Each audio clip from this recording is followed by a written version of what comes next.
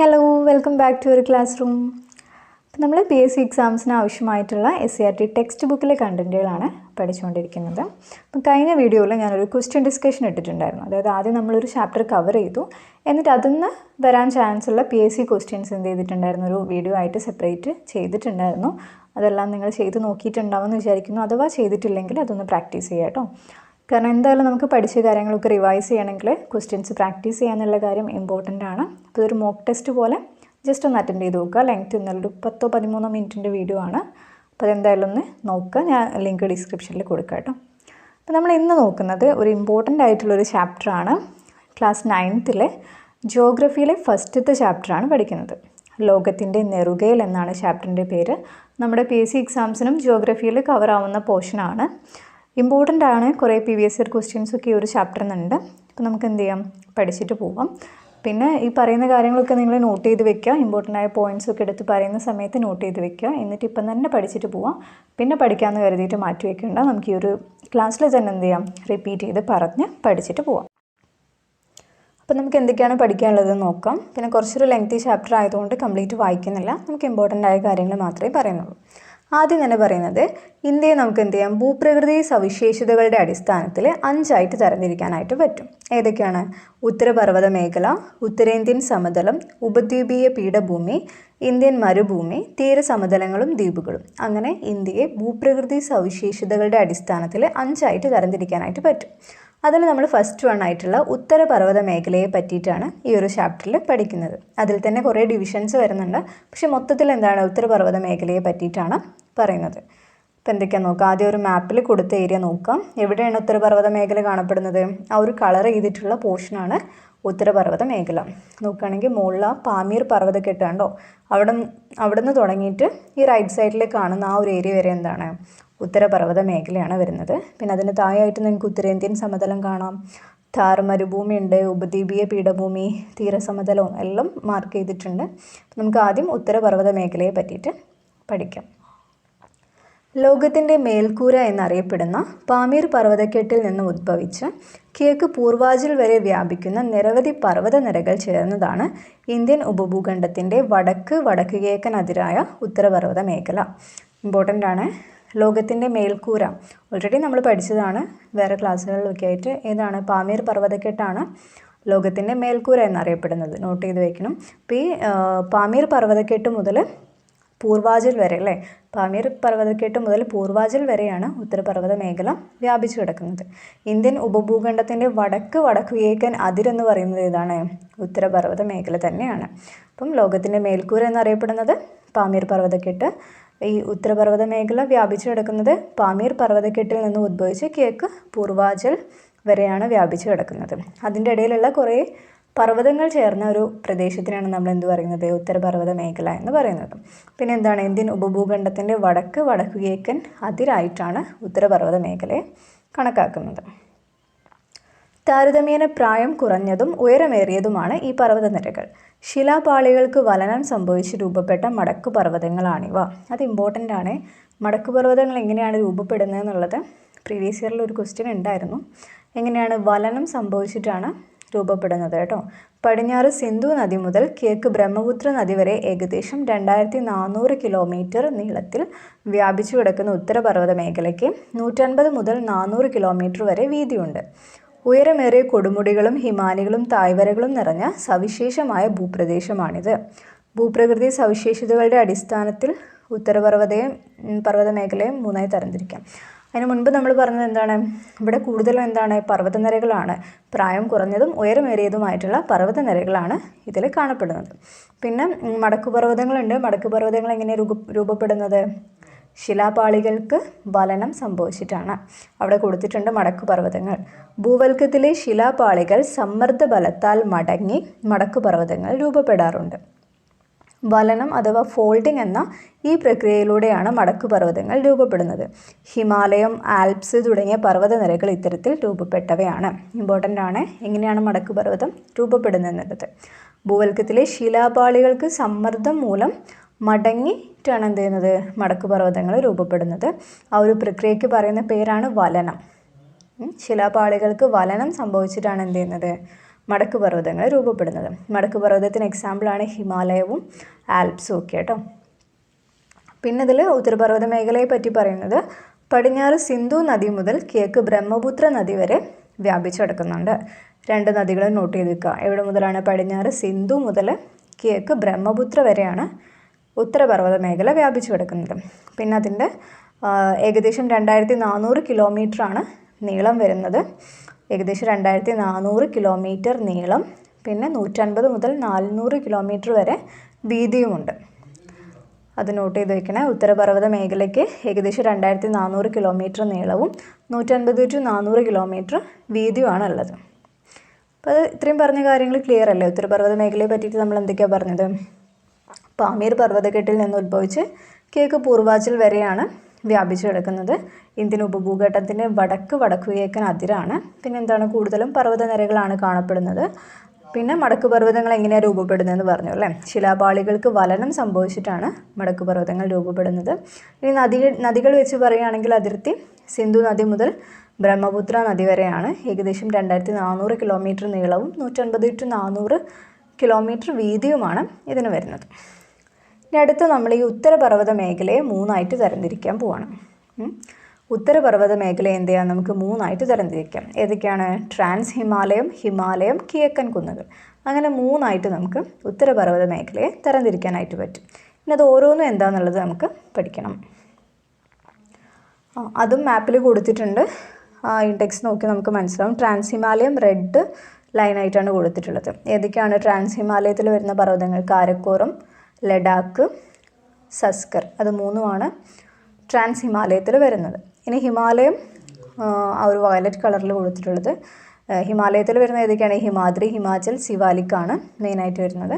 പിന്നെ കിഴക്കൻ കുന്നുകൾ അതിൽ വരുന്നതാണ് പട്കായി കുന്നുകൾ, ഗാരോ, ജയന്തിയ, ഗാസി. ആ കുന്നുകളൊക്കെ വരുന്നത് ഏതാണ്? കിഴക്കൻ കുന്നുകളിൽ വരുന്നതാണ്. അവിടെ കൊടുത്തിട്ടുണ്ട് അല്ലേ? ട്രാൻസ് ഹിമാലയത്തിൽ വരുന്നത് കാരക്കോറം, ലഡാക്ക്, സസ്കർ.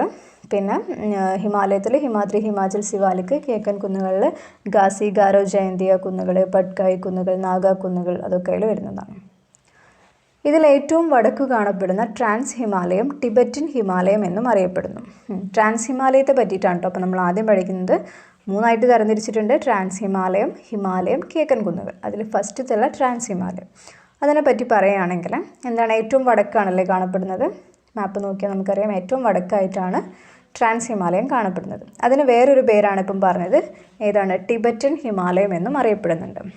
ട്രാൻസ് ഹിമാലയമാണ് ടിബറ്റൻ ഹിമാലയം എന്നും അറിയപ്പെടുന്നത്. ശരാശരി 3000 മീറ്റർ ഉയരമുള്ള ട്രാൻസ് ഹിമാലയത്തിന് ഏകദേശം 40 കിലോമീറ്റർ വീതിയും 965 കിലോമീറ്റർ നീളവുമുണ്ട്. കാരക്കോറം നിര ഹിമാലയ പർവ്വതത്തെ പാമീർ കെട്ടുമായി ബന്ധിപ്പിക്കുന്നു. അപ്പോൾ എന്തൊക്കെയാണ് ട്രാൻസ് ഹിമാലയത്തെ പറ്റി പഠിക്കാനുള്ളത്? ടിബറ്റൻ ഹിമാലയം എന്നും അറിയപ്പെടുന്നത് ട്രാൻസ് ഹിമാലയമാണ്. അതിൻ്റെ ഉയരവും വീതിയൊക്കെ പറയുവാണെങ്കിൽ 3000 മീറ്റർ ഉയരമുണ്ട്. പിന്നെ ഏകദേശം 40 കിലോമീറ്റർ വീതിയും 965 കിലോമീറ്റർ നീളവുമുണ്ട്. പിന്നെ കാരക്കോറം നിര എന്ത് ചെയ്യുന്നുണ്ട്? ഹിമാലയ പർവ്വതത്തെ പാമീർ കെട്ടുമായി ബന്ധിപ്പിക്കുന്നത് ഏതാണ്? ഈ കാരക്കോറം നിരയാണ്. ട്രാൻസ് ഹിമാലയത്തിന് തെക്കായി കിഴക്കോട്ട് വ്യാപിക്കുന്ന 3 സമാന്തര പർവ്വത നിരകൾ കണ്ടില്ലേ? അല്ലെ 3 നമ്മളിപ്പോൾ കണ്ടില്ലേ? ഹിമാദ്രി, ഹിമാചൽ, സിവാലിക്. ഇവയാണെന്ത്? ഇവ ചേർന്നതാണ് ഹിമാലയം എന്ന് പറയുന്നത്. ഹിമാദ്രി, ഹിമാചൽ, സിവാലിക് എന്നിവയാണ് ഈ സമാന്തര പർവ്വത നിരകൾ. ഇവ 3ഉം ചേർന്നതാണ് ഹിമാലയം. ഏതൊക്കെയാണ് ഹിമാലയത്തിൽ വരുന്നത്? ഹിമാദ്രി, ഹിമാചൽ, സിവാലിക്. ഇവ 3ഉമാണ്. ഹിമാലയ നിരകളിൽ ഏറ്റവും തെക്കായുള്ളതും ഗംഗാ സമതലത്തിന് അതിരായി നിലകൊള്ളുന്നതുമായ സിവാലിക് നിരയ്ക്ക് ഏകദേശം 60 മുതൽ 150 കിലോമീറ്റർ വരെ വീതിയുണ്ട്. ഹിമാലയത്തിൻ്റെ ഏറ്റവും പുറമേയുള്ള ഭാഗമായതിനാൽ ഈ നിരയെ ഔട്ടർ ഹിമാലയം എന്ന് വിളിക്കുന്നു. അപ്പം നമ്മൾ ഹിമാലയത്തിൽ പറഞ്ഞ ഈ 3 നിരകൾ അതിനെ പറ്റിയിട്ടാണ് ഇനി നോക്കുന്നത്. ഹിമാലയത്തിൽ നമ്മൾ പറഞ്ഞല്ലോ ഹിമാദ്രി, ഹിമാചൽ, സിവാലിക്. അങ്ങനെ 3 പർവ്വതങ്ങളാണ് ഉള്ളത്. അതിൽ സിവാലിക്കിനെ പറ്റിയിട്ടാണ് ആദ്യം പറഞ്ഞത്. എന്താണ്? ഹിമാലയ നിരകളിൽ ഏറ്റവും തെക്കായുള്ളതും ഗംഗാ സമതലത്തിന് അതിരായി നിലകൊള്ളുന്നതുമായ സിവാലിക് നിരയ്ക്ക് ഏകദേശം 60 മുതൽ 150 കിലോമീറ്റർ വരെ വീതിയുണ്ട്. 60 to 150 കിലോമീറ്ററാണ് സിവാലിക്കിൻ്റെ വീതി വരുന്നത്. പിന്നെന്താണ്? ഔട്ടർ ഹിമാലയം എന്നത് അറിയപ്പെടുന്നുണ്ട്. ഹിമാലയത്തിൻ്റെ ഏറ്റവും പുറമേയുള്ള ഭാഗമായതുകൊണ്ട് എന്താണ്? ഔട്ടർ ഹിമാലയം എന്നറിയപ്പെടുന്നുണ്ട്. അതും ഇമ്പോർട്ടൻ്റ് ആണ്. ഔട്ടർ ഹിമാലയം എന്നറിയപ്പെടുന്നത് ഏതാണ്? സിവാലിക്കാണ്. പിന്നെ ലെസ്സർ ഹിമാലയം ഉണ്ട്, അതേപോലെ ഗ്രേറ്റർ ഹിമാലയം അല്ലെങ്കിൽ ഇന്നർ ഹിമാലയം എന്നും പറയുന്നുണ്ട്. ലെസ്സർ ഹിമാലയം എന്ന് പറയുന്നത് ഏതാണ്? ഹിമാചലാണ്. പിന്നെ ഹിമാദ്രിയാണ് ഗ്രേറ്റർ ഹിമാലയം അല്ലെങ്കിൽ ഇന്നർ ഹിമാലയം എന്ന് പറയുന്നത്. അപ്പോൾ അടുത്ത ഹിമാചലിൻ്റെ നോക്കാം. സിവാലിക്കിന് വടക്കായി സമുദ്രനിരപ്പിൽ നിന്നും 3500 മുതൽ 4500 മീറ്റർ വരെ ശരാശരി ഉയരമുള്ള പർവ്വതനിരയാണ് ഹിമാചൽ. സിവാലിക്കിന് വടക്കായിട്ട് സമുദ്രനിരപ്പിൽ നിന്നും 3500 മുതൽ 4500 വരെ ശരാശരി ഉയരമുള്ള നിരയാണ് ഇത് ഹിമാചൽ എന്ന് പറയുന്നത്. ലെസ്സർ ഹിമാലയം എന്നറിയപ്പെടുന്നത് ഏതാണ്? ഹിമാചലാണ്. ഏകദേശം 60 മുതൽ 80 കിലോമീറ്റർ വരെയാണ് ഇതിൻ്റെ വീതി വരുന്നത്. ഇപ്പോൾ സിവാലിക്കിൽ നമ്മൾ പറഞ്ഞത് 60 to 150 കിലോമീറ്ററാണ് വീതി. അതേപോലെ ഔട്ടർ ഹിമാലയ എന്നാണ് അറിയപ്പെടുന്നത്. ഹിമാചലാണെങ്കിൽ സമുദ്രനിരപ്പിൽ നിന്നും 3500 മുതൽ 4500 മീറ്റർ വരെ ഉയരമുണ്ട്. അതിൻ്റെ വീതി എന്ന് പറയുന്നത് 60 to 80 കിലോമീറ്ററാണ് വീതി വരുന്നത്. ഇതറിയപ്പെടുന്നത് ലെസ്സർ ഹിമാലയം എന്നാണ്. ഇനി ഹിമാദ്രിനെ പറ്റി പറയുകയാണെങ്കിൽ ഗ്രേറ്റർ ഹിമാലയം, ഇന്നർ ഹിമാലയം എന്നീ പേരുകളിൽ കൂടി അറിയപ്പെടുന്ന ഹിമാദ്രി സമുദ്രനിരപ്പിൽ നിന്നും ഏകദേശം 6100 മീറ്ററിന് മുകളിൽ ഉയരമുള്ള പർവ്വതനിരയാണ്. ഏറ്റവും വലുതാണ് അല്ലേ. ഏകദേശം 25 കിലോമീറ്ററാണ് ഇതിൻ്റെ വീതി. മഞ്ഞ് മൂടപ്പെട്ട പർവ്വതങ്ങളാണിവ. ലോകത്തിലെ ഉയരമേറിയ മിക്ക കൊടുമുടികളും കാണപ്പെടുന്നത് ഈ നിരയിലാണ്. അപ്പം ഹിമാദ്രിയാണ് ഗ്രേറ്റർ ഹിമാലയം അല്ലെങ്കിൽ ഇന്നർ ഹിമാലയം എന്നൊക്കെ അറിയപ്പെടുന്നത്. അതിന് സമുദ്രനിരപ്പിൽ നിന്നും 6100 മീറ്ററിന് മുകളിൽ ഉയരമുണ്ട്. പിന്നെ വീതി വരുന്നത് എത്രയാണ്? 25 കിലോമീറ്ററാണ്. അപ്പോൾ ഈ പേരുകൾ പഠിച്ചു വയ്ക്കണേ. ഹിമാദ്രി, ഹിമാചൽ, സിവാലിക്. അതിൽ ഹിമാദ്രിയാണ് ഗ്രേറ്റർ ഹിമാലയ അല്ലെങ്കിൽ ഇന്നർ ഹിമാലയം എന്നറിയപ്പെടുന്നത്. ഹിമാചൽ ലെസ്സർ ഹിമാലയമാണ്. സിവാലിക്കാണ് ഔട്ടർ ഹിമാലയ. പുറത്തേക്കായി വരുന്നതുകൊണ്ട് ഔട്ടർ ഹിമാലയ എന്നാണ് പറയുന്നത്. ഇത്രയും പോർഷൻസ് ക്ലിയർ ആണെന്ന് വിചാരിക്കുന്നു അല്ലേ. ഉത്തരപർവ്വത മേഖലയിൽ നമ്മൾ ഉത്തരപർവ്വത മേഖലയുടെ 3 ഡിവിഷൻസാണ് പറഞ്ഞത് അല്ലേ. ട്രാൻസ് ഹിമാലയം, ഹിമാലയം, കിഴക്കൻ കുന്നുകൾ. അതിൽ ട്രാൻസ് ഹിമാലയം പറഞ്ഞു. അതിൽ വരുന്നത് ഏതൊക്കെയായിരുന്നു? കാരക്കോറം, ലഡാക്ക്, സസ്കർ. പിന്നെ ഹിമാലയം പറഞ്ഞു. ഹിമാലയത്തിൽ വരുന്നത് ഹിമാദ്രി, ഹിമാചൽ, സിവാലിക്കാണ്. നമ്മൾ അടുത്ത് നോക്കുന്നത് ഹിമാലയത്തിൻ്റെ പിറവി പറ്റിയിട്ടാണ്. ലോകത്തിലെ ഉയരമേറിയ പർവ്വതനിരകളിൽ ഒന്നായ ഹിമാലയം ഇന്നും വളർന്നുകൊണ്ടിരിക്കുകയാണ്. അതിൻ്റെ കാരണം എന്താണെന്നുള്ളതാണ് നമ്മൾ നോക്കുന്നത്. അതിന് മുന്നേ നമുക്കിവിടെ കൊടുത്തിട്ടുള്ള ശിലാമണ്ഡല ഫലകങ്ങൾ എന്താണെന്നും കൂടി ഒന്ന് നോക്കാം. എന്താണ്? ഭൂവൽക്കവും മാൻഡിലിൻ്റെ മുകൾ ഭാഗവും ചേർന്നതാണ് ശിലാമണ്ഡലം. ശിലാമണ്ഡലം ചെറുതും വലുതുമായ കഷ്ണങ്ങളായാണ് നിലകൊള്ളുന്നത്. അനേകായിരം കിലോമീറ്റർ വിസ്തൃതിയും ഏകദേശം 100 കിലോമീറ്റർ വരെ കനവുമുള്ള ഈ ശിലാമണ്ഡല ഭാഗങ്ങളെയാണ് ശിലാമണ്ഡല ഫലകങ്ങൾ എന്ന് വിളിക്കുന്നത്. ഇവ വൻകര ഭാഗം ഉൾക്കൊള്ളുന്നതോ കടൽത്തറ ഭാഗം ഉൾക്കൊള്ളുന്നതോ വൻകരയും കടൽത്തറയും ഉൾക്കൊള്ളുന്നതോ ആകാം. അപ്പം ശിലാമണ്ഡല ഫലകങ്ങൾ എന്ന് പറയുന്നത് എന്താണ്? ഭൂവൽക്കവും മാൻഡിലിൻ്റെ മുകൾ ഭാഗവും ചേർന്നതിനെയാണ് നമ്മൾ ശിലാമണ്ഡലം എന്ന് പറയുന്നത്. ശിലാമണ്ഡലം ചെറുതും വലുതുമായ കഷ്ണങ്ങളായിട്ടായിരിക്കും ഉണ്ടാവുക. അതായത് ഭൂവൽക്കവും മാൻഡിലിൻ്റെ മുകൾ ഭാഗവും ചേർന്നതാണ് ശിലാമണ്ഡലം. അതെന്തായിരിക്കും? ചെറിയ ചെറിയ കഷ്ണങ്ങളായിട്ടായിരിക്കും ഉണ്ടാവുക. അനേകായിരം കിലോമീറ്റർ വിസ്തൃതിയും ഏകദേശം 100 കിലോമീറ്റർ വരെ കനവുമുള്ള ഈ ശിലാമണ്ഡല ഭാഗങ്ങളെയാണ് ശിലാമണ്ഡല ഫലകങ്ങൾ എന്ന് വിളിക്കുന്നത്. ആ ശിലാമണ്ഡലത്തിൻ്റെ വലിയ ഭാഗങ്ങളെയാണ് ശിലാമണ്ഡല ഫലകങ്ങൾ എന്ന് പറയുന്നത്. അതെന്താവാം? വൻകര ഭാഗം ഉൾക്കൊള്ളുന്നതാവാം, അല്ലെങ്കിൽ കടൽത്തറ ഭാഗം ഉൾക്കൊള്ളുന്നതാവാം, അല്ലെങ്കിൽ രണ്ടും ഉൾക്കൊള്ളുന്നതും ആകാം. ഭൗമശിലാപാളികളുടെ ചലനമാണ് ഇതിന് കാരണം. എന്തിന്? ഹിമാലയം ഇന്നും വളർന്നുകൊണ്ടിരിക്കുകയാണെന്ന് നമ്മൾ പറഞ്ഞല്ലോ. എന്താണ് അതിന് കാരണം?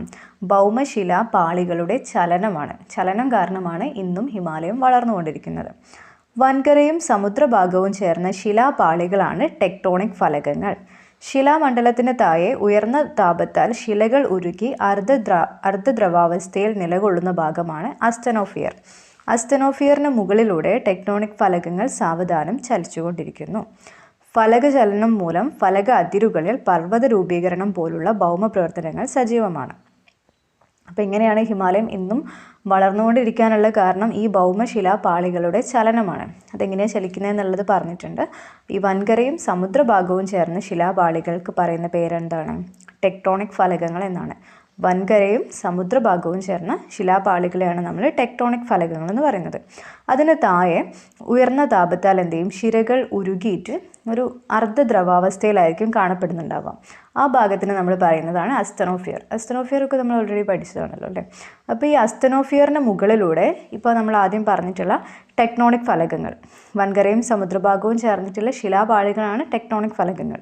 അസ്തനോഫിയറിന് മുകളിലൂടെ ഈ ടെക്ടോണിക് ഫലകങ്ങൾ സാവധാനം ചലിക്കുന്നുണ്ട്. ഇങ്ങനെ ചലിക്കുന്നത് മൂലം എന്ത് ചെയ്യും, ഈ പർവ്വതത്തിൻ്റെ അതിരുകളിലൊക്കെ പർവ്വത രൂപീകരണം നടക്കുന്നുണ്ട്. അങ്ങനെയാണ് ഹിമാലയം ഇന്നും വളർന്നുകൊണ്ടിരിക്കുന്നത്. 3 തരം ഫലക അതിരുകളാണുള്ളത്. ഏതൊക്കെയാണ്? സംയോജിക സീമ, വിയോജക സീമ, ഛേദക സീമ എന്നിവയാണിവ. 3 തരത്തിലുള്ള അതിരുകളാണ് ഉള്ളത്, ഫലക അതിരുകൾ. സംയോജിക സീമയും വിയോജിക സീമയും ഛേദക സീമയും. അത് ഏതൊക്കെയാണെന്നുള്ളത് അവിടെ കൊടുത്തിട്ടുണ്ട്. ഫസ്റ്റത്തെ ഇമേജ് നോക്കൂ, സംയോജിക സീമയാണത്. രണ്ടും കൂട്ടിമുട്ടിയിട്ട് ഒന്നായി മാറുന്നത്. ഫലകങ്ങൾ തമ്മിൽ അടുക്കുന്ന അതിരുകളാണ് സംയോജിക സീമ എന്ന് പറയുന്നത്. ഇനി വിയോജിക സീമ എന്ന് വെച്ചാൽ ഫലകങ്ങൾ തമ്മിൽ അകലുന്ന അതിരാണ്, രണ്ടും 2 ഭാഗത്തേക്ക് അകന്ന് പോകുന്നതാണ്. ഛേദക സീമ എന്ന് വെച്ചാൽ ഫലകങ്ങൾ തിരശ്ചീനമായി ഉരസി മാറുന്ന അതിരുകളാണ് ഛേദക സീമ. സംയോജിക സീമകളിൽ ശിലാമണ്ഡല ഫലകങ്ങളുടെ സമ്മർദ്ദ ഫലമായി ശിലാപാളികൾക്ക് വലനം സംഭവിക്കാറുണ്ട്. ഇതുമൂലം രൂപപ്പെടുന്ന പർവ്വതനിരകളാണ് മടക്കുപർവ്വതങ്ങൾ. അപ്പോൾ മടക്കുപർവ്വതങ്ങൾ രൂപപ്പെടുന്നത് എങ്ങനെയാണ്? ഈ സംയോജിക സീമകളിൽ എന്ത് ചെയ്യും, ശിലാമണ്ഡല ഫലകങ്ങളുടെ സമ്മർദ്ദ ഫലമായി ശിലാപാളികൾക്ക് വലനം സംഭവിക്കുന്നു അല്ലേ. വലനം മൂലമാണ് മടക്കുപർവ്വതങ്ങൾ രൂപപ്പെടുന്നത്. അവിടെ കൊടുത്തിട്ടുള്ള ഇമേജ് നോക്കണം. ഏകദേശം 150-160 ദശലക്ഷം വർഷങ്ങൾക്ക് മുമ്പ് ഉപദ്വീപീയ ഇന്ത്യയും ആസ്ട്രേലിയൻ വൻകരയും ഉൾപ്പെടുന്ന ഇന്ത്യൻ ഫലകത്തിൻ്റെ സ്ഥാനം ദക്ഷിണാർദ്ധഗോളത്തിലായിരുന്നു. പിന്നീട് ഇത് വടക്കോട്ട് നീങ്ങി യുറേഷ്യൻ ഫലകത്തിനടുത്ത് വന്നപ്പോൾ ഈ 2 ഫലകങ്ങളുടെയും ഇടയിൽ നിലകൊണ്ടിരുന്ന ടെഥിസ് സമുദ്രത്തിൻ്റെ അടിത്തട്ട് മടങ്ങി ഉയർന്നു വരാൻ തുടങ്ങി. അങ്ങനെയാണ് ഹിമാലയ പർവ്വതം രൂപം കൊണ്ടത്. ഹിമാലയ പർവ്വതം എങ്ങനെയാണ് രൂപപ്പെട്ടിട്ടുള്ളതെന്നാണ് പറഞ്ഞത്. ആ ഇമേജിൽ കണ്ടോ, ഇന്ത്യൻ ഫലകവും യുറേഷ്യൻ ഫലകവും ഉണ്ടല്ലേ. അതിൻ്റെ നടുവിലാണ് ആരുള്ളത്? ടെഥിസ് സമുദ്രം ഉള്ളത്. അങ്ങനെ ഈ സമുദ്രം നിൽക്കുന്ന ആ ഒരു ഭാഗം ഉയർന്നു വന്നിട്ടാണ് എന്തായത്, ഹിമാലയം രൂപപ്പെട്ടിട്ടുള്ളത്. ഏകദേശം 150-160 വർഷങ്ങൾക്ക് മുൻപ് ഈ ഉപദ്വീപീയ ഇന്ത്യയും ആസ്ട്രേലിയൻ വൻകരയും ഉൾപ്പെടുന്നത് എവിടെയാണ്? ഇന്ത്യൻ ഫലകത്തിലാണ് കേട്ടോ. ഇന്ത്യൻ ഫലകത്തിൻ്റെ സ്ഥാനം ദക്ഷിണാർദ്ധഗോളത്തിലായിരുന്നു. പിന്നീട് എന്ത് ചെയ്തു, ഇത് വടക്കോട്ട് നീങ്ങി യുറേഷ്യൻ ഫലകത്തിനടുത്ത് വന്നപ്പോൾ, അതായത് ഇന്ത്യൻ ഫലകവും യുറേഷ്യൻ ഫലകവും അടുത്തടുത്ത് വന്നപ്പോൾ അതിൻ്റെ ഇടയിൽ നിലകൊണ്ടിരുന്ന സമുദ്രമാണ് ടെഥിസ് സമുദ്രം. അതിൻ്റെ അടിത്തട്ട് മടങ്ങി ഉയർന്നു വരാൻ തുടങ്ങി. അങ്ങനെയാണ് ഹിമാലയ പർവ്വതം രൂപം കൊണ്ടത്. ഇതപ്പം ഏത് രീതിയിലാണ് രൂപീകരിക്കപ്പെട്ടിട്ടുള്ളത്? നമ്മൾ നേരത്തെ പറഞ്ഞ സംയോജികമാണല്ലേ, രണ്ടും കൂടെ കൂട്ടി സംയോജിക രീതിയിലാണ് രൂപപ്പെട്ടിട്ടുള്ളത്. ഇനി നമ്മൾ നോക്കുന്നത് ഹിമാലയവും പ്രാദേശിക വിഭാഗങ്ങളും. എന്തൊക്കെയാണ് ഹിമാലയത്തിൻ്റെ പ്രാദേശിക വിഭാഗങ്ങൾ എന്നുള്ളത് നോക്കാം. ഹിമാലയത്തിൽ നിന്നും ഉദ്ഭവിക്കുന്ന നദികൾ പർവ്വതനിരകൾക്ക് കുറുകെ ആയമേറിയ തായ്വരകൾ അഥവാ ഗിരികന്ധങ്ങൾ നിർമ്മിച്ചുകൊണ്ടൊഴുകുന്നു. പർവ്വതനിരകൾക്ക് കുറുകെ ഒഴുകുന്ന നദികളെ അടിസ്ഥാനപ്പെടുത്തിയാണ് ഹിമാലയത്തെ പ്രാദേശിക വിഭാഗങ്ങളായി വേർതിരിക്കുന്നത്. ഹിമാലയത്തിന് നമ്മൾ എന്ത് ചെയ്യണം, ഈ പ്രാദേശിക വിഭാഗങ്ങളായിട്ട് 3 തരംതിരിക്കാൻ പോവുകയാണ്. അപ്പോൾ ഹിമാലയത്തിൽ നിന്ന് ഉദ്ഭവിക്കുന്ന നദികൾ പർവ്വതനിരകൾക്ക് കുറുകെ എന്തുണ്ടാക്കുന്നുണ്ട്? താഴ്വരകൾ ഉണ്ടാക്കുന്നുണ്ട്, അഥവാ ഗിരികന്ധങ്ങൾ. ആ ഗിരികന്ധങ്ങൾ എന്താണെന്നുള്ളത് അവിടെ കൊടുത്തിട്ടുണ്ട്. ആ ഇമേജിൽ നമുക്ക് കാണാമല്ലോ അല്ലേ. ഹിമാലയ നിരക്ക് കുറുകെയുള്ളൊരു ഗിരികന്ധരമാണത്. എന്താണ്? ആയമേറിയതും ചെങ്കുത്തായ വശങ്ങളോട് കൂടിയതുമായ തായ്വരകളാണ് ഗിരികന്ധരങ്ങൾ. സിന്ധു, ഗംഗ, സത്ലജ് തുടങ്ങിയ നദികൾ അപരദനത്തിലൂടെ ഹിമാലയ പർവ്വതനിരയ്ക്ക് കുറുകെ ഗിരികന്ധരങ്ങൾ സൃഷ്ടിക്കുന്നു. അപ്പം ഗിരികന്ധരങ്ങൾ എന്ന് വെച്ചാൽ എന്താണ്? ആയമേറിയതും ചെങ്കുത്തായ വശങ്ങളോട് കൂടിയതുമായിട്ടുള്ള തായ്വരകളെയാണ് നമ്മൾ ഗിരികന്ധരങ്ങൾ എന്ന് പറയുന്നത്. ഹിമാലയ പർവ്വതനിരയ്ക്ക് കുറുകെ ഗിരികന്ധരങ്ങൾ സൃഷ്ടിക്കുന്ന ഏതൊക്കെ നദികളാണ്? സിന്ധു, ഗംഗ, സത്ലജ് തുടങ്ങിയ നദികളാണ്. ഇനി നമുക്ക് ഈ പ്രാദേശിക വിഭാഗങ്ങൾ ഏതൊക്കെയാണെന്ന് നോക്കാം. ഹിമാലയത്തിൻ്റെ പ്രാദേശിക വിഭാഗങ്ങൾ ഏതൊക്കെയാണ്? പടിഞ്ഞാറൻ ഹിമാലയം, മധ്യ ഹിമാലയം, കിഴക്കൻ ഹിമാലയം. ഇത് 3 ആണ് ഹിമാലയത്തിൻ്റെ പ്രാദേശിക വിഭാഗങ്ങൾ എന്ന് പറയുന്നത്. അത് ആ ഒരു മാപ്പിൽ നോക്കിയാൽ നമുക്ക് മനസ്സിലാവും. നമ്മൾ നേരത്തെ പറഞ്ഞിട്ടുണ്ടായിരുന്നു ട്രാൻസ് ഹിമാലയം, ഹിമാലയം, കിഴക്കൻ കുന്നുകളൊക്കെ എവിടെയാണെന്നുള്ളത്. ഇനി അതിൽ നോക്കും, മധ്യ ഹിമാലയം കണ്ടോ, ഒരു യെല്ലോ കളറിൽ കൊടുത്തിട്ടുണ്ട്. കിഴക്കൻ ഹിമാലയം, പടിഞ്ഞാറൻ ഹിമാലയം, അങ്ങനെ 3 കളറാക്കിയിട്ട് കൊടുത്തിട്ടുണ്ട്. ഏതൊക്കെയാണെന്നുള്ളത് നമുക്ക് മനസ്സിലാക്കാൻ വേണ്ടിയിട്ട്. ഇനി ഹിമാലയ മേഖലയും അതിനെ വേർതിരിക്കുന്ന നദികളും കൊടുത്തിട്ടുണ്ട്. അത് ഇമ്പോർട്ടൻ്റ് ആണ് കേട്ടോ. ഇപ്പം നമ്മൾ 3 വിഭാഗങ്ങൾ പറഞ്ഞല്ലോ, അത് ഏത് നദി മുതൽ ഏത് നദി വരെയാണെന്നുള്ളതാണ് പറയുന്നത്. അതായത് പടിഞ്ഞാറൻ ഹിമാലയം എന്ന് പറയുന്നത് സിന്ധു നദി മുതൽ കാളി നദി വരെയാണ് പടിഞ്ഞാറൻ ഹിമാലയം വ്യാപിച്ചെടുക്കുന്നത്. വേർതിരിക്കുന്ന നദികൾ എന്ന് പറയുന്നത് സിന്ധുവും കാളിയുമാണ്. മധ്യ ഹിമാലയം വരുന്നത് കാളി നദി മുതൽ ടീസ്റ്റ നദി വരെയാണ്. കിഴക്കൻ ഹിമാലയം വരുന്നത് ടീസ്റ്റ നദി മുതൽ ബ്രഹ്മപുത്ര നദി വരെയാണ്. അത് പഠിച്ചു വയ്ക്കണേ. പടിഞ്ഞാറൻ ഹിമാലയം സിന്ധു, കാളി, മധ്യ ഹിമാലയം കാളി മുതൽ ടീസ്റ്റ വരെ, കിഴക്കൻ ഹിമാലയം ടീസ്റ്റ മുതൽ ബ്രഹ്മപുത്ര വരെ പഠിച്ചു വയ്ക്കണേ. ജമ്മു കാശ്മീരിൻ്റെ വടക്ക് സിന്ധു നദി താഴ്വര മുതൽ ഉത്തരാഖണ്ഡിൻ്റെ കിഴക്ക് കാളി നദി, ഗാഗ്ര നദിയുടെ പോഷക നദി താഴ്വര വരെ ഉൾപ്പെടുന്ന പടിഞ്ഞാറൻ ഹിമാലയത്തെ കാശ്മീർ ഹിമാലയം, ഹിമാചൽ ഹിമാലയം, ഉത്തരാഖണ്ഡ് ഹിമാലയം എന്നിങ്ങനെ 3 മേഖലകളാക്കി തിരിക്കാം. ഇപ്പോൾ വീണ്ടും ഒരു ഡിവിഷൻ വരികയാണല്ലേ. ഇപ്പം നമ്മൾ പറഞ്ഞത് ഏതായിരുന്നു? പടിഞ്ഞാറൻ ഹിമാലയം, മധ്യ ഹിമാലയം, കിഴക്കൻ ഹിമാലയം, അങ്ങനെ 3 ആയിട്ട് തരംതിരിക്കാമെന്ന് പറഞ്ഞു ഹിമാലയത്തിനെ. ഇനി നമ്മൾ ഈ പടിഞ്ഞാറൻ ഹിമാലയത്തിനെ പിന്നെയും 3 ആയിട്ട് തരംതിരിക്കാം അല്ലേ.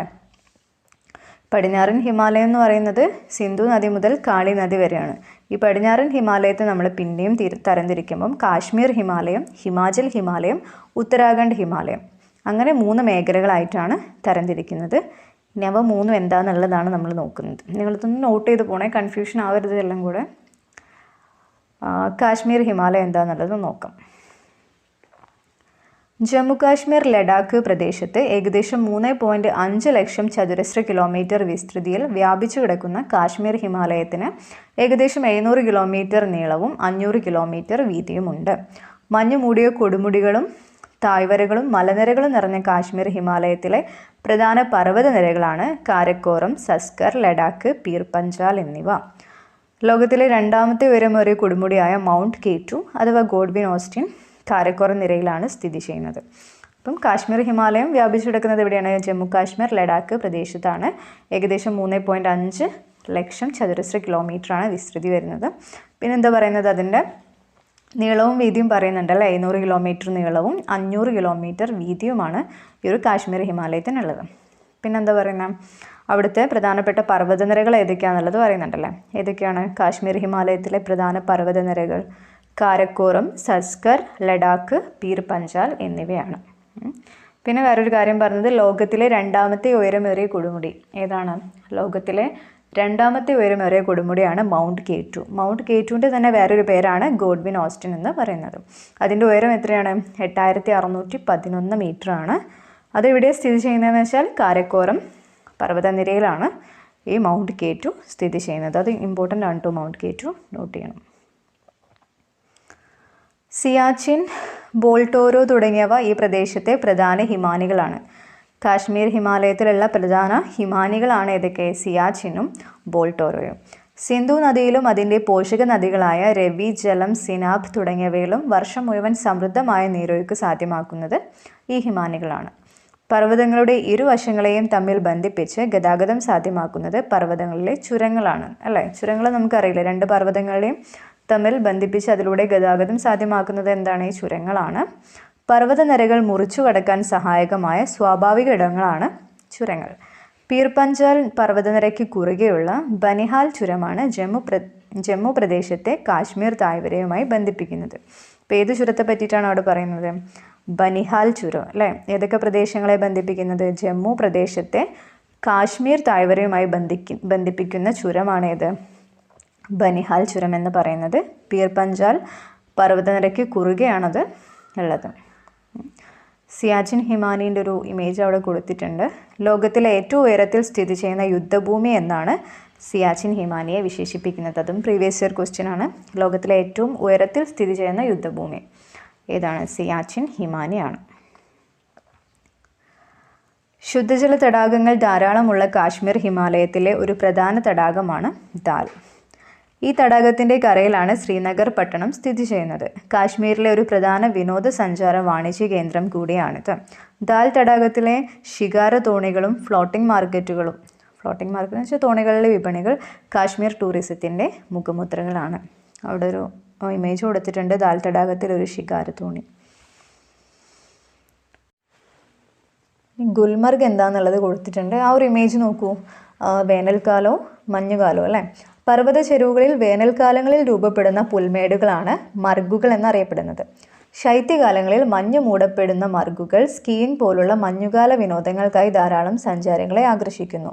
സോൺമർഗ്, ഗുൽമർഗ് എന്നിവ ഇവയിൽ ചിലതാണ് അല്ലേ. ഗുൽമർഗിൻ്റെ ഇമേജാണ് അവിടെ കൊടുത്തിട്ടുള്ളത്. അപ്പം കാശ്മീർ ഹിമാലയം കഴിഞ്ഞു. ഇനി നമുക്ക് നോക്കാനുള്ളത് ഹിമാചൽ ഹിമാലയവും ഉത്തരാഖണ്ഡ് ഹിമാലയവും ഉണ്ട് അല്ലേ, പടിഞ്ഞാറൻ ഹിമാലയത്തിൽ. അപ്പം അതും കൂടെ കഴിഞ്ഞിട്ട് നമുക്ക് ഈ ഒരു ക്ലാസ് വൈൻഡപ്പ് ചെയ്യാം. ബാക്കി എന്ത് ചെയ്യാം, അടുത്ത ക്ലാസ്സിലെടുക്കാം. അല്ലെങ്കിൽ മൊത്തത്തിൽ നിങ്ങൾക്ക് കൺഫ്യൂഷനാവും. ഇപ്പം തന്നെ കൺഫ്യൂഷൻ ആയിട്ടുണ്ടാവും. അപ്പം അടുത്ത നോക്കാം അല്ലേ, ഹിമാചൽ ഹിമാലയം. ഇപ്പം നമ്മൾ പറയുന്നത് ഏതാണ്, പടിഞ്ഞാറൻ ഹിമാലയത്തിനെ പറ്റിയിട്ടാണല്ലേ. പടിഞ്ഞാറൻ ഹിമാലയത്തിൻ്റെ 3 ഡിവിഷൻസാണ് പറയുന്നത് അല്ലേ. ഇതൊക്കെയാണ് കാശ്മീർ ഹിമാലയവും ഹിമാചൽ ഹിമാലയവും ഉത്തരാഖണ്ഡ് ഹിമാലയവും. കാശ്മീർ ഹിമാലയം പറഞ്ഞു, ഇനി ഹിമാചൽ ഹിമാലയം. പ്രധാനമായും ഹിമാചൽ പ്രദേശ് സംസ്ഥാനം ഉൾപ്പെടുന്ന ഹിമാലയ ഭാഗമാണ് ഹിമാചൽ ഹിമാലയം. ഈ പർവ്വത പ്രദേശത്തെ പ്രധാന നദികളാണ് ചിനാബ്, രവി, ബിയാസ് എന്നിവ. ഇതൊക്കെ നിങ്ങൾ നോട്ട് ചെയ്ത് വെക്കണേ, പോയിന്റുകളാണ്. അപ്പോൾ ഹിമാചൽ പ്രദേശ് ഉൾപ്പെടുന്ന ഭാഗമാണ് ഏത്, ഹിമാചൽ ഹിമാലയത്തിൽ വരുന്നത്. പിന്നെ പ്രധാന നദികൾ ചിനാബ്, രവി, ബിയാസ് എന്നിവയാണ് പ്രധാന നദികൾ. ഈ പ്രദേശത്തെ പർവ്വതനിരകൾ ഏതൊക്കെയാണ്, ധൗളാധർ, പീർ പഞ്ചാൽ എന്നിവ. പർവ്വത ഭാഗങ്ങളിൽ അനേകം ശുദ്ധജല തടാകങ്ങൾ കാണാം. ഏതൊക്കെയാണ് പ്രധാനപ്പെട്ടത്, ചന്ദ്രതാൽ, സൂരജ് താൽ എന്നിവ ഇവയിൽ ചിലതാണ്. ഹിമാചൽ പ്രദേശിനെ ലഡാക്കുമായി ബന്ധിപ്പിക്കുന്ന ബാരാലച്ചാല ചുരവും കുളു തായ്വരയെ ലാഹൂർ, സ്പിതി എന്നീ തായ്വരകളുമായി ബന്ധിപ്പിക്കുന്ന റോഹ്താങ് ചുരവുമാണ് ഹിമാചൽ ഹിമാലയത്തിലെ പ്രധാന ചുരങ്ങൾ. അതും ഇമ്പോർട്ടൻ്റ് ആണ് കേട്ടോ. 2 ചുരങ്ങളെ പറ്റിയിട്ടാണ് പറഞ്ഞിട്ടുള്ളത് അല്ലേ. ഏതൊക്കെയാണ്, ബാരാലച്ചാല ചുരം, അത് ബന്ധിപ്പിക്കുന്ന പ്രദേശങ്ങൾ ഏതൊക്കെയാണ്, ഹിമാചൽ പ്രദേശിനെ ലഡാക്കുമായി ബന്ധിപ്പിക്കുന്നതാണ് ബാരാലച്ചാല ചുരം. ഇമ്പോർട്ടൻ്റ് ആണ്, പഠിച്ചു വയ്ക്കണം. പിന്നെ റോഹ്താങ് ചുരം, അത് കുളു തായ്വരയെ ലാഹൂർ, സ്പിതി തായ്വരകളുമായിട്ടാണ് ബന്ധിപ്പിക്കുന്നത്. നോട്ട് ചെയ്ത് വെക്കണേ അത് രണ്ടും. കുളു, കംഗ്ര, ലാഹൂൽ തുടങ്ങിയ മനോഹരങ്ങളായ തായ്വരകളും സുഖവാസ കേന്ദ്രങ്ങളായ ഷിംല, മണാലി എന്നിവയും വിനോദസഞ്ചാരികളെ ആകർഷിക്കുന്ന ഇടങ്ങളാണ്. ശൈത്യവും മഞ്ഞുവീഴ്ചയും അനുഭവപ്പെടുന്ന ഈ പ്രദേശങ്ങളിൽ പലയിടങ്ങളിലായി ചുടുനീരുറവകൾ കാണപ്പെടുന്നുണ്ട്. അവിടുത്തെ വേറൊരു പ്രത്യേകതയാണ് ഇത്, ചുടുനീരുറവകൾ എന്ന് പറയുന്നത്. എങ്ങനെയാണ് ഈ ചുടുനീരുറവകൾ രൂപപ്പെടുന്നത് എന്ന് അവിടെ കൊടുത്തിട്ടുണ്ട്. എങ്ങനെയായിരിക്കും, മഴവെള്ളം ഭൂമിക്ക് അടിയിലേക്ക് ഊർന്നിറങ്ങി ഭൂഗർഭജലത്തിൻ്റെ ഭാഗമാകുന്നു അല്ലേ. പർവ്വത രൂപീകരണം പോലുള്ള ഭൗമ പ്രവർത്തനങ്ങൾ സജീവമായ ഇടങ്ങളിൽ ഭൗമോപരിതലത്തിനടിയിലെ ശിലാപാളികൾ ചൂടുപിടിക്കുകയും ഈ ശിലകൾ ഭൂഗർഭജലത്തെ ചൂടാക്കുകയും ചെയ്യുന്നു. ഇങ്ങനെ ചൂടുപിടിച്ച ഭൂഗർഭജലം ഭൗമോപരിതലത്തിൽ ഉറവകളായി എത്തുന്നതാണ് ചുടുനീരുറവകൾ എന്ന് പറയുന്നത് അല്ലേ. ഓൾറെഡി നമുക്കറിയുന്നതാണ്, മഴവെള്ളം എന്ത് ചെയ്യുന്നുണ്ട്, ഭൂമിക്കടിയിലേക്ക് ഊർന്നിറങ്ങി ഭൂഗർഭജലമായിട്ട് മാറുന്നുണ്ട്. അപ്പോൾ ഈ പർവ്വത രൂപീകരണമൊക്കെ നടക്കുന്ന സമയത്ത് നമ്മൾ പറഞ്ഞായിരുന്നല്ലോ അല്ലേ, നേരത്തെ പറഞ്ഞിട്ടുണ്ടായിരുന്നു ശിലാപാളികളൊക്കെ ചൂടാവുന്നുള്ള കാര്യം. അപ്പോൾ ഈ ഭൗമോപരിതലത്തിനടിയിലെ ശിലാപാളികൾ ചൂടാവുന്ന സമയത്ത് എന്ത് ചെയ്യും, ഈ ഭൂഗർഭജലവും ചൂടാവുന്നുണ്ട്. അങ്ങനെ ചൂട് പിടിക്കുന്ന ഭൂഗർഭജലം എന്ത് ചെയ്യും, ഭൗമോപരിതലത്തിലേക്ക് ഉറവകളായിട്ട് എത്തുന്നതിനെയാണ് നമ്മൾ ചുടുനീരുറവകൾ എന്ന് പറയുന്നത്. ഹിമാലയ പർവ്വത ഭാഗങ്ങളിൽ ധാരാളം ചുടുനീരുറവകൾ കാണാം. അതിന് എക്സാമ്പിളാണ് നുബ്ര തായ്വര, മണികരൻ, ഗീർഗംഗ എന്നിവയൊക്കെ. നോട്ട് ചെയ്ത് വെക്കണേ, അവിടെയൊക്കെ ചുടുനീരുറവകൾ രൂപപ്പെടാറുണ്ട്. നുബ്ര തായ്വര, മണികരൻ, ഗീർഗംഗ. ചുടുനീരുറവകളിൽ നിന്നുള്ള ഭൗമതാപോർജ്ജം ഉപയോഗിച്ച് വൈദ്യുതി ഉൽപ്പാദിപ്പിക്കാൻ സാധിക്കും. ഹിമാചൽ പ്രദേശിലെ മണികരൻ ചുടുനീരുറവയിൽ നിന്നും ഇത്തരത്തിൽ വൈദ്യുതി ഉൽപ്പാദിപ്പിക്കുന്നുണ്ട്. അതും ഇമ്പോർട്ടൻറ്റ് പോയിൻ്റാണ്. ഹിമാചൽ പ്രദേശിലെ മണികരൻ ചുടുനീരുറവയിൽ നിന്നും വൈദ്യുതി ഉൽപ്പാദിപ്പിക്കുന്നുണ്ട് കേട്ടോ. നോട്ട് ചെയ്ത് വയ്ക്കാം. അപ്പം അത്രയാണ് നമുക്ക് ഹിമാചൽ ഹിമാലയത്തിനെ പറ്റി പറയുന്നത്. എന്തൊക്കെയാണ് പറഞ്ഞത്, ഹിമാചൽ പ്രദേശ് സംസ്ഥാനം ഉൾപ്പെടുന്ന ഹിമാലയത്തിൻ്റെ ഭാഗമാണ്. പിന്നെ നദികൾ പറഞ്ഞു, ചിനാബ്, രവി, ബിയാസ്. പർവ്വതനിരകൾ ധൗളാധർ, പീർ പഞ്ചാൽ. പിന്നെ ശുദ്ധജല തടാകം ചന്ദ്രതാലും സൂരജ് താലും. പിന്നെ 2 ചുരങ്ങൾ പറഞ്ഞു അല്ലേ, ബാരാലച്ചാല ചുരവും റോഹ്താങ് ചുരവും. പിന്നെ അവിടുത്തെ തായ്വരകൾ കുളു, കംഗ്ര, ലാഹൂൽ. പിന്നെ സുഖവാസ കേന്ദ്രങ്ങൾ ഷിംല, മണാലി. പിന്നെ ചുടുനീരുറവകൾ പറഞ്ഞു അല്ലേ, നുബ്ര തായ്വര, മണികരൻ, ഗീർഗംഗ. നമുക്ക് ലാസ്റ്റ് വൺ നോക്കാം, ഉത്തരാഖണ്ഡ് ഹിമാലയം. സത്ലജ് നദി മുതൽ കാളി നദി വരെയുള്ള ഹിമാലയ പ്രദേശമാണ് ഉത്തരാഖണ്ഡ് ഹിമാലയം. ഏതൊക്കെ നദികളാണ്, സത്ലജ് നദി മുതൽ കാളി നദി വരെയുള്ള ഹിമാലയ പ്രദേശമാണ് ഇത് ഉത്തരാഖണ്ഡ് ഹിമാലയമായിട്ട് അറിയപ്പെടുന്നത്. ഇതിൻ്റെ പടിഞ്ഞാറ് ഭാഗം ഗഡ്വാൾ ഹിമാലയം എന്നും കിഴക്കൻ ഭാഗം കുമവൂൺ ഹിമാലയം എന്നും അറിയപ്പെടുന്നു. ഈ ഉത്തരാഖണ്ഡ് ഹിമാലയത്തിൻ്റെ തന്നെ 2 ഭാഗങ്ങൾ 2 പേരിൽ അറിയപ്പെടുന്നുണ്ട് അല്ലേ. പടിഞ്ഞാറ് ഭാഗം ഏത് പേരിലാണ്, ഗഡ്വാൾ ഹിമാലയം എന്നറിയപ്പെടുന്നു. കിഴക്കൻ ഭാഗമാണെങ്കിൽ കുമവൂൺ ഹിമാലയം എന്നും അറിയപ്പെടുന്നുണ്ട്. നന്ദാദേവി, കാമെറ്റ്, ബദ്രിനാഥ്, കേദാർനാഥ് തുടങ്ങിയ ഉയരമേറിയ കൊടുമുടികൾ ഉത്തരാഖണ്ഡ് ഹിമാലയത്തിൽ സ്ഥിതി ചെയ്യുന്നുണ്ട് അല്ലേ. ഉയരമേറിയ കൊടുമുടികൾ ഉത്തരാഖണ്ഡ് ഹിമാലയത്തിലുള്ള കൊടുമുടികൾ ഏതൊക്കെയാണ്? നന്ദാദേവി, കാമെറ്റ്, ബദ്രിനാഥ്, കേദാർനാഥ് എന്നിവ.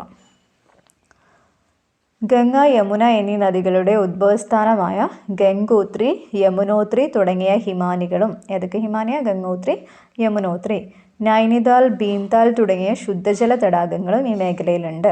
ഹിമാനികൾ ഗംഗോത്രി, യമുനോത്രി, പിന്നെ ശുദ്ധജല തടാകങ്ങൾ ഏതൊക്കെയാണ്? നൈനിതാൽ, ഭീംതാൽ തുടങ്ങിയവ. കുറച്ചൊരു കൺഫ്യൂസിങ് ആയിരിക്കും കേട്ടോ, കാരണം നമുക്ക് ഓരോ ഹിമാലയ ഭാഗത്തുമുള്ള നദികളെ പറ്റിയിട്ടും പർവ്വതങ്ങളെ പറ്റിയിട്ടും ശുദ്ധജല തടാകങ്ങളെ പറ്റിയിട്ടൊക്കെ പഠിക്കാനുണ്ട്. അപ്പോൾ മാറിപ്പോവാൻ ചാൻസ് വളരെ കൂടുതലാണ്. നിങ്ങളിത് പഠിച്ച് റിവൈസ് ചെയ്ത് തന്നെ കാര്യമുള്ളൂ കേട്ടോ. ഇപ്പം പഠിച്ച് വെക്കാൻ നേരം നമുക്ക് എന്ത് ചെയ്യാം, അടുത്ത ക്ലാസ്സസിലെ ക്വസ്റ്റ്യൻസൊക്കെ ഡിസ്കസ് ചെയ്യാം. ഈ ചാപ്റ്ററിൽ നിന്നുള്ള ക്വസ്റ്റ്യൻസ് ഒരു വീഡിയോ ആയിട്ടും ചെയ്യാം, കമ്മ്യൂണിറ്റി പോസ്റ്റായിട്ടും ക്വിസായിട്ടും ആഡ് ചെയ്യാം. അപ്പം അങ്ങനെ വർക്കൗട്ട് ചെയ്തിട്ട് തന്നെ പഠിച്ചു വെക്കണം കേട്ടോ, ഇല്ലെങ്കിൽ ഇത് മറന്നു പോകാൻ ചാൻസ് കൂടുതലാണ്, മാറിപ്പോകും അങ്ങോട്ടും ഇങ്ങോട്ടും. അങ്ങനെ പഠിക്കണം. ഈ ലെസ്സർ ഹിമാലയത്തിനും സിവാലിക് മലനിരകൾക്കും ഇടയിൽ കാണപ്പെടുന്ന നിരപ്പായ താഴ്വരകളാണ് ദൂണുകൾ. ഉത്തരാഖണ്ഡ് സംസ്ഥാനത്തിലെ ദെറാദൂൺ ഇതിൽ പ്രസിദ്ധമാണ്. അതൊക്കെ വരുന്നത് ഉത്തരാഖണ്ഡ് ഹിമാലയത്തിലാണ് കേട്ടോ. അപ്പം ദൂണുകൾ എന്ന് വെച്ചാൽ എന്താണ്? ലെസ്സർ ഹിമാലയത്തിനും സിവാലിക് മലനിരകൾക്കും ഇടയിൽ കാണപ്പെടുന്ന നിരപ്പായ താഴ്വരകളെയാണ് നമ്മൾ ദൂണുകൾ എന്ന് പറയുന്നത്. ഉത്തരാഖണ്ഡ് സംസ്ഥാനത്തിലെ ദെറാദൂണാണ് ഇതിൽ പ്രസിദ്ധമായിട്ടുള്ളത്. ഇവിടങ്ങളിലെ ഉയർന്ന പർവ്വത ചെരുവുകളിൽ കാണപ്പെടുന്ന വേനൽക്കാല പുൽമേടുകളാണ് ബുഗ്യാൽ എന്നറിയപ്പെടുന്നത്. ബുഗ്യാൽ എന്ന് വെച്ചാൽ എന്താണ്? വേനൽക്കാല പുൽമേടുകളാണ്. ശൈത്യകാലത്ത് മണ്ണിനടിയിലാകുന്ന ബുഗ്യാലുകൾ പലയിടങ്ങളിലും വിനോദസഞ്ചാരത്തിനായിട്ട് പ്രയോജനപ്പെടുത്തുന്നുണ്ട്. ബുഗ്യാലിന് എക്സാമ്പിളാണ് ദയാര ബുഗ്യാൽ, ഗോർസോൺ ബുഗ്യാൽ എന്നിവ. ബുഗ്യാലും ആട്ടിടയന്മാരും. ഹിമാലയത്തിൽ ഏകദേശം 3000 മുതൽ 4500 മീറ്റർ ഉയരത്തിനിടയിൽ കാണപ്പെടുന്ന പുൽമേടുകൾ ഗഡ്വാൾ മേഖലയിൽ ബുഗ്യാൽ എന്നറിയപ്പെടുന്നു.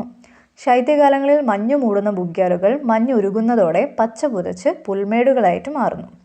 ഈ അവസരങ്ങളിൽ തായ്വാരങ്ങളിൽ നിന്നും ആട്ടിടയന്മാർ വളർത്തു മൃഗങ്ങളുമായി ബുഗ്യാലുകളിൽ എത്തുന്നു. തായ്വാരങ്ങൾ വരണ്ടുണങ്ങുന്ന വേനൽക്കാലത്ത് സമൃദ്ധമായ പച്ചപ്പുള്ള ബുഗ്യാലുകളിൽ അവർ താൽക്കാലിക പാർപ്പിടങ്ങൾ ഒരുക്കി വളർത്തുമൃഗങ്ങളോടൊപ്പം വസിക്കുന്നു. മഞ്ഞുകാലാരംഭത്തോടെ മലയിറങ്ങി അടുത്ത സീസൺ വരെ തായ്വാരങ്ങളിൽ വസിക്കുന്നു. വളർത്തുമൃഗങ്ങളോടൊപ്പം തായ്വാരങ്ങളിലേക്കും തിരികെ പർവ്വതങ്ങളിലെ പുൽമേടുകളിലേക്കുമുള്ള ഇടയന്മാരുടെ കാലിക ദേശാടനത്തെയാണ് ട്രാൻസ് ഹ്യൂമൻസ് എന്ന് വിളിക്കുന്നത്. അപ്പോൾ അവർ ചെയ്യുന്നത് എന്താണ്? മഞ്ഞുകാലത്ത് എന്ത് ചെയ്യും? അവർ തായ്വാരങ്ങളിൽ താമസിക്കും. പിന്നെ വേനൽക്കാലം ആവുന്ന സമയത്ത് അവിടെ നദികളൊക്കെ തായ്വാരങ്ങളൊക്കെ ഉണങ്ങുന്ന സമയത്ത് എന്ത് ചെയ്യും? ഇവരിവിടെ വന്നിട്ട് ഈ പുൽമേടുകളിൽ ബുഗ്യാലിലായിരിക്കും താമസിക്കുന്നുണ്ടാവുക താൽക്കാലികമായിട്ട്. അങ്ങനെ സീസൺ അനുസരിച്ചിട്ട് എന്ത് ചെയ്യുക? അവർ പർവ്വതങ്ങളിലും അല്ലെങ്കിൽ തായ്വാരങ്ങളിലും ആയിട്ട് താമസിക്കുന്നുണ്ട്. അങ്ങനെയുള്ള അതിനെയാണ് നമ്മൾ പറയുന്നത് ട്രാൻസ് ഹ്യൂമൻസും, ആ ഒരു ഇടയന്മാരുടെ കാലിക ദേശാടനത്തെ. ഓക്കെ, അപ്പം നമ്മളിപ്പം ഈ 3 ഡിവിഷൻസും പറഞ്ഞു കഴിഞ്ഞു. നമുക്കിവിടെ നിർത്താം ക്ലാസ്. ബാക്കി പോർഷൻസ് ഇനിയും കുറച്ചുകൂടെ കവർ ചെയ്യാനുണ്ട്. അത് നമുക്ക് എന്തായാലും 1.5 മണിക്കൂർ എടുക്കും, അടുത്ത ക്ലാസ്സിലായിട്ട് എടുക്കാം. അപ്പോൾ ഞാൻ ഒന്നും കൂടെ എന്ത് ചെയ്യാം, ഇന്ന് നമ്മൾ പഠിച്ച കാര്യങ്ങളൊക്കെ ഫസ്റ്റ് മുതലേ ഒന്നും കൂടെ പറയാം. നിങ്ങൾ നോട്ട് എഴുതിയിട്ടില്ലെങ്കിൽ ഒന്ന് എഴുതി വെക്കുക, ഒന്ന് റിവൈസ് ചെയ്യാം. ഓക്കെ, അപ്പോൾ ആദ്യം തന്നെ നമ്മൾ പറഞ്ഞത് ഡിവിഷൻസ് ആണല്ലേ. ഇന്ത്യയെ നമുക്ക് എന്ത് ചെയ്യാം? ഭൂപ്രകൃതി സവിശേഷതകളുടെ അടിസ്ഥാനത്തിൽ 5 ആയിട്ട് തരംതിരിക്കാൻ പറ്റും. ഏതൊക്കെയാണ്? ഉത്തരപർവ്വത മേഖല, ഉത്തരേന്ത്യൻ സമതലം, ഉപദ്വീപീയ പീഠഭൂമി, ഇന്ത്യൻ മരുഭൂമി, തീരസമതലങ്ങളും ദ്വീപുകളും. അതിൽ നമ്മൾ ഈ ഒരു ചാപ്റ്ററിൽ പഠിക്കുന്നത് ഉത്തരപർവ്വത മേഖലയെ പറ്റിയിട്ടാണ് അല്ലേ. ഉത്തരപർവ്വത മേഖല എന്ന് വെച്ചാൽ ഏതൊക്കെ പ്രദേശങ്ങളാണ്? പാമീർ പർവ്വതക്കെട്ട് മുതൽ അല്ലേ, പാമീർ പർവ്വതക്കെട്ടിൽ നിന്നും ഉദ്ഭവിച്ച് എവിടം വരെയാണ്? കിഴക്ക് പൂർവാചൽ വരെയുള്ള ഭാഗത്തിനാണ് നമ്മൾ ഉത്തരപർവ്വത മേഖല എന്ന് പറയുന്നത്. ഇന്ത്യൻ ഉപഭൂഖണ്ഡത്തിൻ്റെ വടക്കുകിഴക്കൻ അതിരായിട്ട് പറയുന്നതാണ് ഉത്തരപർവ്വത മേഖല. പിന്നെന്താണ്? അവിടെ ഉയരമേറിയ പർവ്വതനിരകളാണ് കാണപ്പെടുന്നത്. പിന്നെ മടക്ക് പർവ്വതങ്ങളെ പറ്റി നമ്മൾ പറഞ്ഞു അല്ലേ. എങ്ങനെയാണ് മടക്ക് പർവ്വതങ്ങൾ രൂപപ്പെടുന്നത്? ശിലാപാളികൾക്ക് വലനം സംഭവിച്ചിട്ടാണ് മടക്ക് പർവ്വതങ്ങൾ രൂപപ്പെടുന്നത്. അങ്ങനെ രൂപപ്പെട്ട മടക്ക് പർവ്വതങ്ങൾക്ക് എക്സാമ്പിളാണ് ഹിമാലയവും ആൽപ്സ് പർവ്വതനിരയൊക്കെ.